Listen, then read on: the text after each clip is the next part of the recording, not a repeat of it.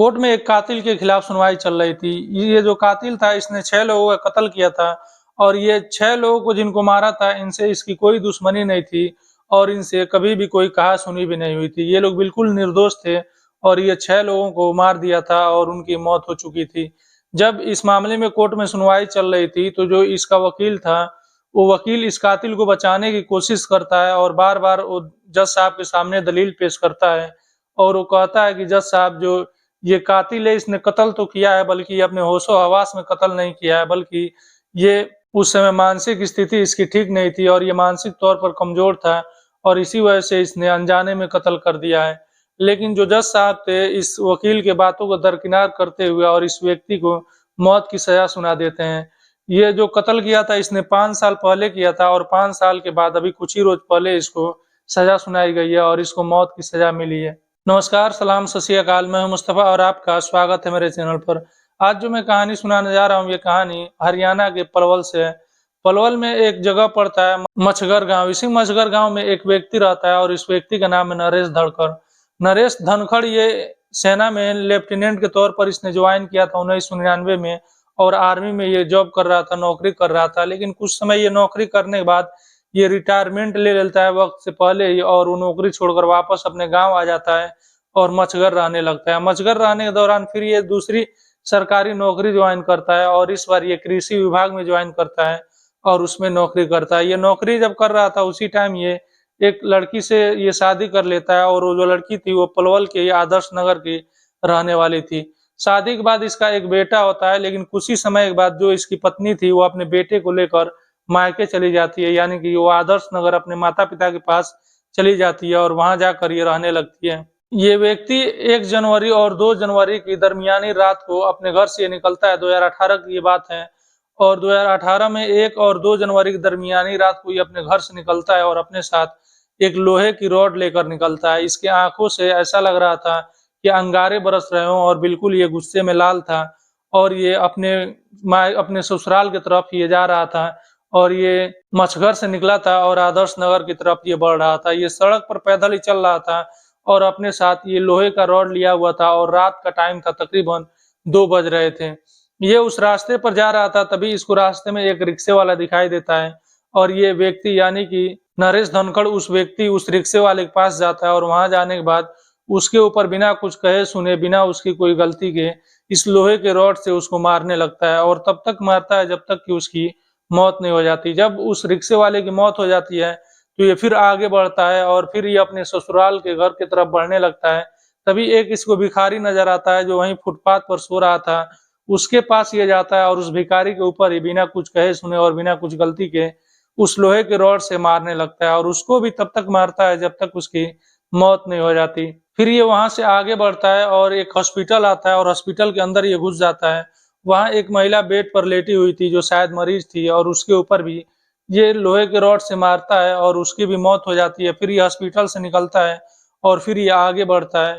फिर इसको एक गार्ड दिखाई देता है, वो अपनी ड्यूटी पर था गार्ड, वो नींद में था और कुर्सी पर बैठे-बैठे वो सो गया था।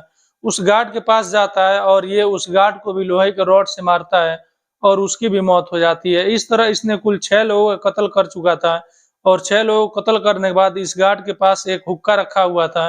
ये नरेश उस हुक्का को उठाता है और अपने साथ लेकर चलने लगता है और अब 5 बज चुके थे और कुल ये 3 घंटे में अब तक 6 लोगों का कत्ल कर चुका था और ये 5 बजकर 25 मिनट के आस-पास पर ये अपने ससुराल पहुँचता है और ससुराल के मकान का दरवाज़ा खटखटाता है, लेकिन दरवाज़ा खुल नहीं रहा था। फिर वहाँ पर ये घूमने लगता है उस गली में और आदर्श नगर गली में घूमते हुए लोगों को गाली-गलौज देने लगता है और चिल्लाने लगता है, लेकिन कोई भी अपने घर से बाहर नहीं निकल रहा था और ये नहीं देख रहा था कि ये व्यक्ति है कौन, क्योंकि सबको पता था कि ये व्यक्ति वही है जिसका नाम नरेश है और अक्सर यहाँ आया करता है और ऐसे ही गाली-गलौज करता है और चिल्लाता रहता है।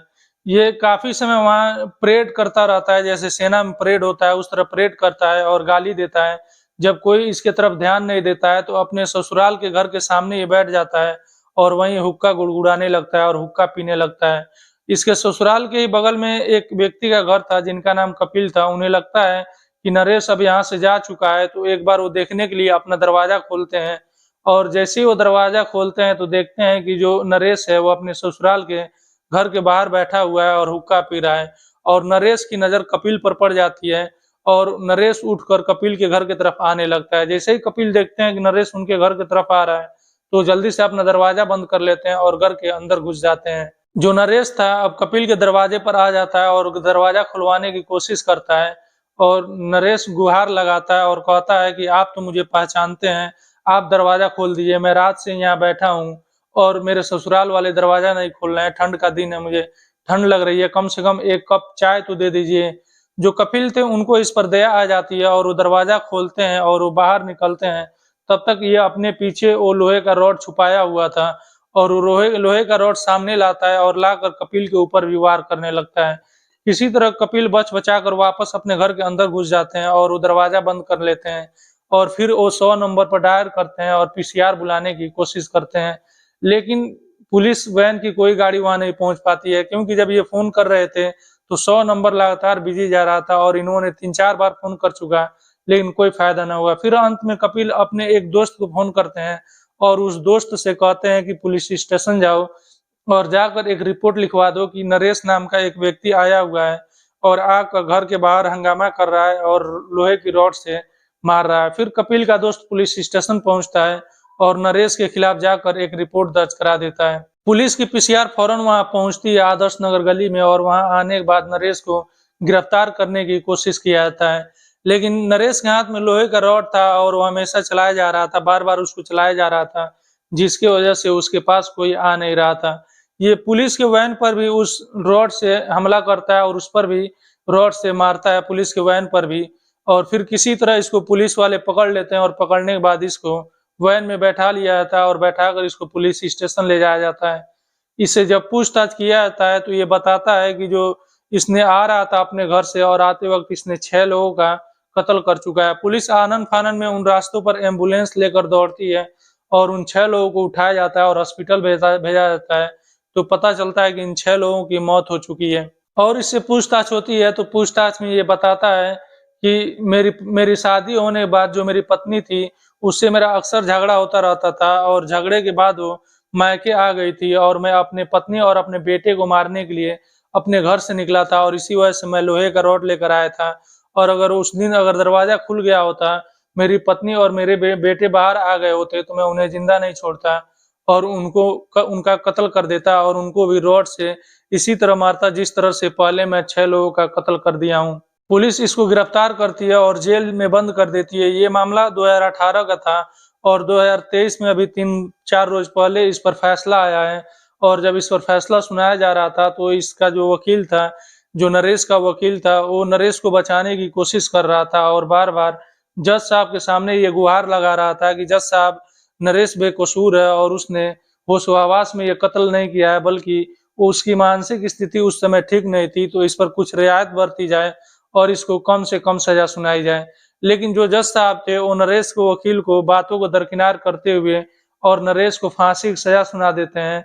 और नरेश जब ये सजा सुनता है तो उसकी आंखों से आंसू गिरने लगते हैं और कोर्ट में ही खड़े खड़े रोने लगता है। दोस्तों, ये थी आज की कहानी। आपको कैसी लगी कमेंट बॉक्स में जरूर बताइएगा और आपसे रिक्वेस्ट है कि मेरी वीडियो को लाइक कीजिए और चैनल को सब्सक्राइब करना मत भूलिएगा।